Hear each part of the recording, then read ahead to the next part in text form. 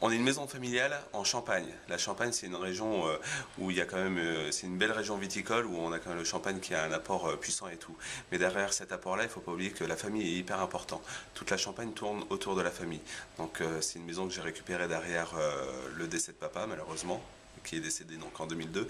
Et depuis 2002, c'est vrai qu'on a fait de gros investissements. Parce que même si on est dans une région assez favorisée, il ne faut pas éviter de se renouveler, d'investir pour pouvoir améliorer la maison au fur et à mesure et tout. C'est quelque chose de très important. Après, il y a une présence qui est demandée aussi. Quand vous allez dans une maison de champagne, vous avez une présence. Donc quand les gens sortent de cette maison de champagne et arrivent dans notre restaurant, ils veulent une présence. Donc c'est la présence de la famille. Donc la journée, ça va être ma mère, ma soeur. Le soir, ça va être ma femme. Et puis moi qui essaye d'être un maximum présent toute la journée. Donc très peu d'absence tout au long de l'année, beaucoup de présence dans la maison. Nos clients, quand ils arrivent dans une maison familiale, c'est vraiment pour y passer du temps avec la famille aussi. Donc il faut qu'ils se sentent encadrés par cette famille-là et tout. Et c'est sur ce point-là où on investit énormément, c'est d'être tous présents au fur et à mesure de l'année pour que tous les clients, ou au maximum de clients, puissent vraiment rencontrer à chaque fois un membre de la famille. Donc une fois qu'on habite dans la maison tout le temps et qu'on travaille dans la maison tout le temps, c'est vrai qu'on a envie de la refaire à notre goût, on a envie d'y mettre notre empreinte, d'y apporter notre style, d'y apporter quand même notre touche et tout. Donc c'est vrai que ça demande beaucoup d'investissement, mais c'est pour le bien-être du client, pour le bien-être de nos équipes, parce que ça c'est également très important. Ils se retrouvent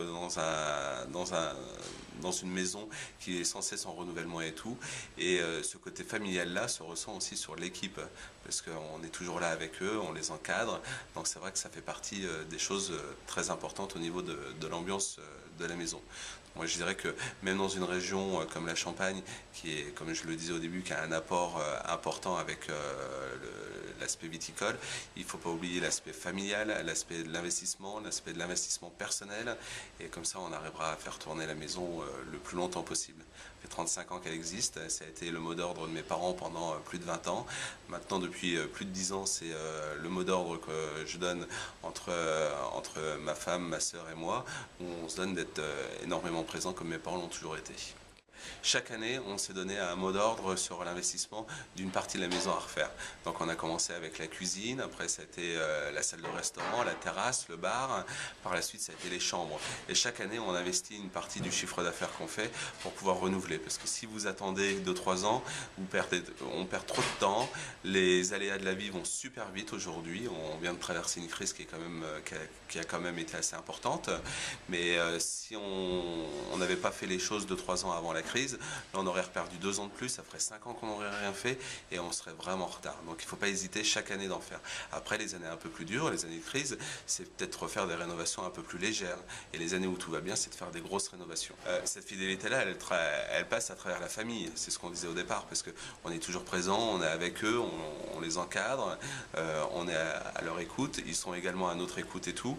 On ne les fait pas travailler sans qu'on soit là, parce que c'est vrai que si on travaille avec eux, qu'on fait partie du travail de l'équipe et tout, qu'on leur montre une certaine présence et tout, ils sont d'autant plus motivés, il y a moins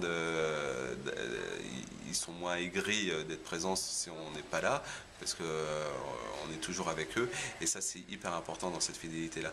Et après c'est aussi le respect qu'on peut avoir vis-à-vis d'eux, au niveau de l'organisation du travail et au niveau de la fin du mois. Cuisine, on a 2 équipes, une équipe du matin et une équipe du soir. Donc en tout, on est un peu plus d'une vingtaine en cuisine. Le matin, ils travaillent de 8h30 jusqu'à 17h30 à peu près, et le soir de 15h30 jusqu'à minuit à peu près. Ils ont leurs 2 jours de congé par semaine, leurs 5 semaines de CP à l'année. Mais le fait qu'ils aient une semaine du matin et une semaine du soir, ça leur permet d'avoir une vraie vie privée. Et cette vie privée, elle est hyper importante pour qu'ils soient épanouis au travail. En salle, j'ai gardé la même formule que mes parents avaient mis en place il y a 35 ans, ça veut dire avec une rémunération au pourcentage. C'est-à-dire que plus on satisfait le client, plus ils seront payés, parce que c'est vraiment le système aujourd'hui, je trouve, le plus correct vis-à-vis des serveurs, à qui on demande quand même beaucoup de leur temps, à qui on demande beaucoup de leur patience, à qui on demande beaucoup de leur qualité, et il faut qu'en face, ils aient une vraie rémunération. Donc le fait que ce soit au pourcentage, c'est 15% d'addition pour le service, je pense que c'est vraiment honnête.